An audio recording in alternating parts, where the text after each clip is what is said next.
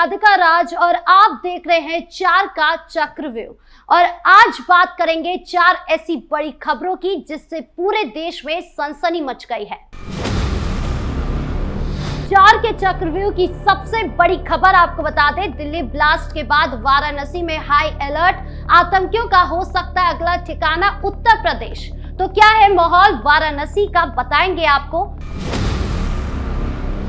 आतंकी डॉक्टरों के लिस्ट में अब एक और डॉक्टर गिरफ्त में आ गया है और इस बार डॉक्टर हापुड़ से मिला है, जिसका नाम डॉक्टर फारूक अहमद है, जिसके प्लान को सुनकर हड़कंप मच गया है। बताएंगे आपको हापुड़ का मामला।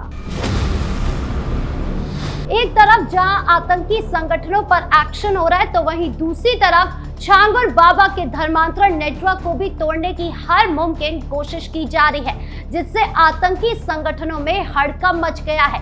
बताएंगे आपको एक्शन और रिएक्शन के बारे में। एक और धमाके को लेकर सनसनी मच गई है। दिल्ली ब्लास्ट के बाद अब यूपी के बाराबंकी जिले में धमाका हुआ है। बताएंगे आपको पूरा मामला। तो चलिए शुरू करते हैं 4 का चक्रव्यूह। शुरुआत करते हैं 4 के चक्रव्यूह की सबसे बड़ी खबर से, जो वाराणसी से जुड़ी है। दिल्ली में 10 नवंबर को हुए भयानक ब्लास्ट ने पूरे देश को हिला दिया था। एक साधारण सी कार में छिपाए गए विस्फोटक ने राजधानी के दिल को छलनी कर दिया, जिसमें कई निर्दोष जिंदगियां दांव पर लग गई थी। जांच एजेंसियां अभी भी उस घटना की परतें खोल ही रही है, लेकिन खुफिया इनपुट्स ने एक नया खतरा जन्म ले लिया है। उत्तर प्रदेश का पवित्र शहर वाराणसी, जो गंगा की गोद में बसा धार्मिक और सांस्कृतिक केंद्र है, अब आतंकियों के निशाने पर हो सकता है। हाई अलर्ट जारी कर दिया गया है, सुरक्षा के कड़े इंतजाम कर दिए हैं और एनएसजी कमांडोज का गंगा नदी में बड़ा मॉक ड्रिल भी हुआ। यह सब संकेत दे रहा है कि खतरा कितना गंभीर है।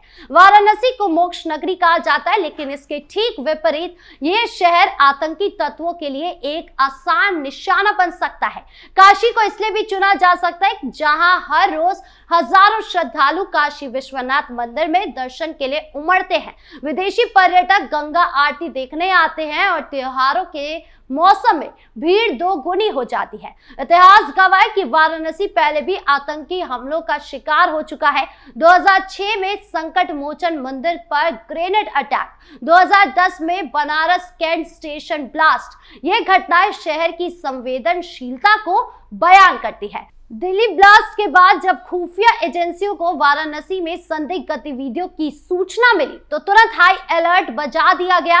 पुलिस कमिश्नर और एसएसपी स्तर पर मीटिंग हुई और केंद्र सरकार ने एनएसजी की मदद मांगी। एसएसपी डॉक्टर राजेश कुमार ने बताया कि हम किसी भी संदिग्ध को बख्शेंगे नहीं। उन्होंने नागरिकों से अपील की कि अफवाहें ना फैलाएं, लेकिन अगर कोई घटना को लेकर संदेह हो तो तुरंत 112 पर कॉल करें। खुफिया रिपोर्ट्स कहती है कि आतंकी संगठन जैसे कि आईएसआईएस या लश्कर-ए-तैयबा ये घुसपैठ की कोशिश कर रहे हैं ताकि धार्मिक सद्भाव को तोड़ा जा सके। यह हाई अलर्ट सिर्फ वाराणसी तक सीमित नहीं है। उत्तर प्रदेश के अन्य शहर जैसे कि लखनऊ, प्रयागराज भी अलर्ट मोड पर है। केंद्र सरकार ने सीमा पर नजरें गड़ाई हुई हैं और एटीएस टीमें सक्रिय हो गई है। अब ऐसे में क्या कुछ माहौल आगे रहता है वाराणसी का, ये देखने वाली बात होगी। अब आते हैं दूसरी खबर पर, जो आतंकी नेटवर्क के अंधेरे कोनों को उजागर करती है। दिल्ली ब्लास्ट की आग अभी ठंडी भी नहीं हुई थी कि हापुड़ से एक और चौंकाने वाली गिरफ्तारी ने पूरे मेडिकल फ्रेटर्निटी को सन्न कर दिया है। डॉक्टर जो समाज के लिए मसीहा माने जाते हैं, अब आतंकी लिस्ट में शुमार हो रहे हैं। इस बार निशाने पर है doctor Farooq Ahmed. GS medical college Hapur से जुड़े एक प्रमुख चिकित्सक। उनकी हिरासत ने न सिर्फ यूपी पुलिस को झकझोर दिया, बल्कि पूरे देश की सुरक्षा एजेंसियों को सतर्क कर दिया। प्लान इतना खतरनाक था कि सुनते ही हड़कंप मच गया। क्या ये दिल्ली ब्लास्ट का लिंक है? डॉक्टर फारूक अहमद का नाम पहली बार तब सामने आया था जब दिल्ली ब्लास्ट की जांच में कुछ संदिग्ध कॉल रिकॉर्ड्स मिले। फारूक, जो बडगाम जम्मू कश्मीर का निवासी है, हापुड़ में लंबे समय से प्रैक्टिस कर रहे थे। सतह पर वो एक सम्मानित डॉक्टर लगते थे, लेकिन गहराई में छिपा था एक काला सच। पुलिस ने बताया कि फारूक अल फलाह यूनिवर्सिटी से जुड़े थे, जो फरीदाबाद में स्थित एक संस्थान है। ये यूनिवर्सिटी न सिर्फ शिक्षा देती है बल्कि कथित तौर पर कट्टरपंथी विचारों का केंद्र भी रही है। जांच में सामने आया कि फारूक यहां के कुछ प्रोग्राम्स में शामिल होते थे, जहां युवाओं को रेडिकलाइजेशन के नाम पर भड़काया जाता था, जिसके बाद एटीएस की एक टीम ने हापुड़ के एक प्राइवेट क्लिनिक पर छापा मारा, जहां फारूक के फोन से मिले मैसेज ने पूरी कहानी खोल दी। कोडेड लैंग्वेज में बातें, पाकिस्तान के नंबरों पर कॉल्स और दिल्ली ब्लास्ट से जुड़े संकेत। पुलिस के मुताबिक फारूक का प्लान था हापुड़ और आसपास के जिलों में छोटे मोटे ब्लास्ट करवाना, ताकि दिल्ली घटना का चेन रिएक्शन बने। उन्होंने लोकल युवाओं को फाइनलाइजेशन हेड के नाम पर लुभाया और उन्हें ट्रेनिंग देने की कोशिश की। एक सहयोगी ने पूछताछ में कबूल किया कि फारूक हेल्पलाइन के बहाने संदिग्धों से संपर्क बनाते थे। यह हेल्पलाइन मेडिकल एडवाइस के बहाने चलती थी, लेकिन असल में रिक्रूटमेंट टूल थी। हापुड़ का मामला सिर्फ एक डॉक्टर तक सीमित नहीं है, ये एक बड़े नेटवर्क का हिस्सा है जहां मेडिकल प्रोफेशनल्स को कवर के रूप में इस्तेमाल किया जा रहा है। यूपी पुलिस ने डीआईजी से कहा कि ये गिरफ्तारी दिल्ली ब्लास्ट की साजिश को तोड़ने का एक बड़ा झटका है और पुलिस की त्वरित कार्रवाई ने एक बड़ी साजिश को कुचल दिया है। खैर, ये खबर हमें चेतावनी देती है कि दुश्मन हर रूप में घुस सकता है, यहां तक कि सफेद कोट में भी। अब बात छांगुर बाबा की। छांगुर बाबा उर्फ जलाउद्दीन के अवैध धर्मांतरण गिरोह को ध्वस्त करने की मुहिम चली। बलरामपुर से शुरू हुई ये कार्रवाई ने न सिर्फ लोकल स्तर पर हलचल मचा दी, बल्कि आतंकी गुटों में बौखलाहट भी पैदा कर दी। 300 करोड़ की विदेशी फंडिंग, सोशल मीडिया पर कट्टर प्रोपेगेंडा और युवाओं का ब्रेन वॉश, ये सब सामने आ गया है। छांगुर बाबा, जो बलरामपुर के एक छोटे से इलाके से निकले शख्स, अब एक बड़े गिरोह का सरगना है। उनका नेटवर्क धर्मांतरण को हथियार बनाकर काम करता था। गरीब हिंदू युवाओं को लालच देकर, धमकाकर या बहलाकर इस्लाम में कन्वर्ट करते थे। लेकिन ये सिर्फ धर्मांतरण नहीं था, ये एक बड़ी साजिश का हिस्सा था। जांच में पाया गया कि छांगुर का गिरोह आईएसआईएस और अन्य आतंकी संगठनों से जुड़ा था। उद्देश्य साफ था कि भारत को इस्लामी राष्ट्र बनाना था, जिसकी फंडिंग आती थी पाकिस्तान, दुबई और कनाडा से, जो करीब 300 करोड़ रुपए थी। ये पैसे सोशल मीडिया कैंपेन पर खर्च होते थे।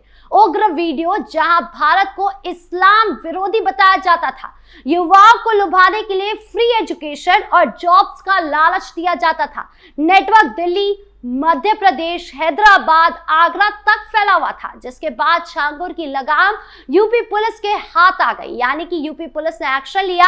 उत्तर प्रदेश एटीएस और लोकल पुलिस ने बलरामपुर में संयुक्त रेड मारी, छांगुर के ठिकानों पर छापेमारी, दस्तावेज जब्त और कई गिरफ्तारियां भी हो गई है। आगरा में आयशा नाम की महिला पकड़ी गई, जो मास्टरमाइंड मानी जा रही है। पूछताछ में खुलासा हुआ कि कार्रवाई के बाद आतंकी संगठनों ने नाराजगी जताई। वो बौखलाए क्योंकि धर्मांतरण उनकी रिक्रूटमेंट स्ट्रैटेजी का हिस्सा था। यानी कि अगर धर्मांतरण से ही देश इस्लामिक देश बन सकता है तो ब्लास्ट करने की जरूरत ही नहीं पड़ेगी। लेकिन क्योंकि छांगुर जैसे लोग पकड़े जा रहे हैं तो आतंकियों का प्लान फेल हो रहा है। खुफिया इनपुट्स कहते हैं कि इसी नाराजगी से दिल्ली ब्लास्ट जैसी घटनाओं को अंजाम दिया गया। हालांकि कार्रवाई से आतंकी योजनाएं बिगड़ी है, रिक्रूटमेंट रुक गया है, फंडिंग चैनल टूट गए हैं, लेकिन खतरा अभी भी है। छांगुर बाबा का गिरोह टूटा जरूर है, लेकिन अभी भी सतर्कता जरूरी है। बढ़ते 4 के चक्रव्यूह की आखिरी खबर की ओर, जो धमाके से जुड़ी है। बाराबंकी जिले में एक अवैध पटाखा फैक्ट्री में दोपहर के वक्त अचानक जोरदार धमाका हो गया। दरअसल गांव के बाहरी इलाके में बने एक पुराने गोदाम नुमा ढांचे में पटाखे बनाए जा रहे थे। दिवाली का सीजन तो खत्म हो चुका है, लेकिन शादी ब्याह के ऑर्डर्स अभी बाकी थे। अंदर 5 मजदूर काम कर रहे थे, बारूद मिक्स कर रहे थे, पटाखों में फिलिंग भर रहे थे। तभी एक चिंगारी ने सब कुछ बदल दिया। पहले छोटा सा धमाका, फिर चेन रिएक्शन, जिससे पूरा गोदाम हवा में उड़ गया। छत उखड़ गई, दीवारें ढह गई और 200 मीटर तक धुएं का बादल फैल गया। फैक्ट्री में करीब 500 किलो रॉ मटेरियल रखा था जो पूरी तरह जल गया। इस हादसे के बाद प्रशासन हरकत में आया। डीएम और एसपी मौके पर पहुंचे। मुआवजे का ऐलान हुआ जिसमें 2 मृतकों के परिवार को 5 लाख रुपए और घायलों को 1 लाख रुपए दिए गए। फैक्ट्री मालिक के खिलाफ एफआईआर दर्ज हुई और तलाशी शुरू हो गई है। साथ में यह भी कहा गया कि पूरे जिले में अवैध पटाखा यूनिट्स पर छापेमारी का अभियान चलेगा। बहरहाल 4 के चक्रव्यूह में इतना ही। धन्यवाद।